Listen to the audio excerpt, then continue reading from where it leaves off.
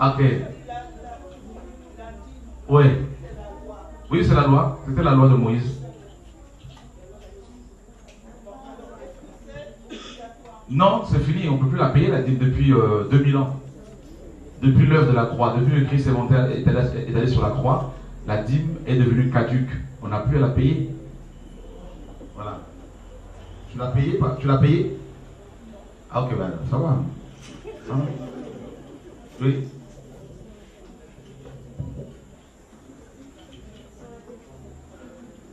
Si on ne la paye plus, comment l'église va-t-elle fonctionner? C'est ça. Avec les offrandes, tout à fait, tu as tout compris. 2 Corinthiens 7, 2 Corinthiens chapitre 9, verset 7 dit que chacun donne comme il a résolu en son cœur, sans tristesse ni contrainte, car Dieu aime celui qui donne avec joie. Amen. Ma soeur, est-ce que tu sais que les offrandes que vous donnez dans vos églises sont destinées aux chrétiens eux-mêmes, pour s'entraider, pour envoyer des missionnaires? Ce n'est certainement pas pour payer d'abord le loyer de l'assemblée, hein, des loyers qui coûtent extrêmement cher. Et voilà, donc c'est d'abord pour aider les veuves, les orphelins et la mission.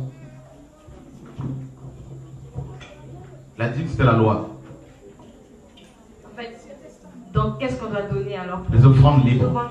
Les offrandes. Plus de dîme parce que c'était la loi de Moïse. Est-ce que tu sais que tu es sacrificateur? Alléluia. Est-ce que tu sais que c'était les sacrificateurs qui percevaient de la dîme?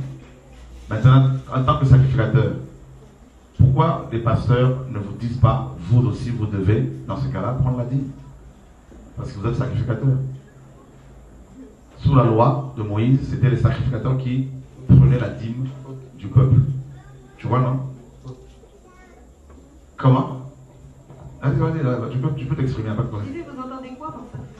Par sacrificateur, avec Jésus-Christ a fait de tous les chrétiens des sacrificateurs. Ça veut dire des prêtres. C'est-à-dire un sacrificateur, contrairement à un prophète, un sacrificateur c'est une personne, en fait c'est un intercesseur. C'est une personne qui amène les problèmes des hommes à Dieu. Qui va plaidoyer pour les hommes. Qui va sacrifier, n'est-ce pas, adorer Dieu, intercéder, prier. Et qui va s'offrir lui-même en tant que sacrifice vivant.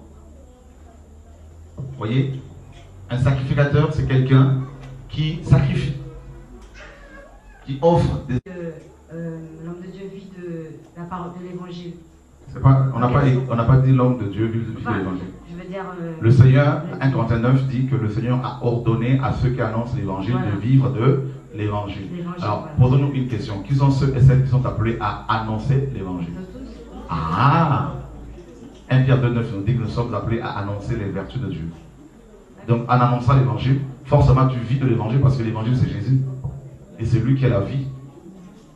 Et maintenant, si Dieu t'appelle à travailler à plein temps quelque part, dans son œuvre, pour que tous les chrétiens soient à plein temps dans l'œuvre du Seigneur. Maintenant, si le Seigneur te dit ne travaille pas dans le monde parce que je te veux dans mon œuvre, eh bien c'est parce que tu vas beaucoup bouger ici et là. Et comme c'est lui qui t'a embauché, vous travaillez avec ceux qui travaillent. Est-ce que c'est auprès de vos collègues que vous allez réclamer votre salaire ou auprès de vos employeurs? Alors si c'est Dieu qui les a employés, pourquoi demande-t-il de l'argent aux chrétiens? Ils doivent prier Dieu pour leur donner leur salaire et Dieu maintenant touchera les cœurs des uns des autres. Amen. Voilà, que Dieu soit béni. Mais c'est fini, ils ne vont plus remplir les poches avec vos sous.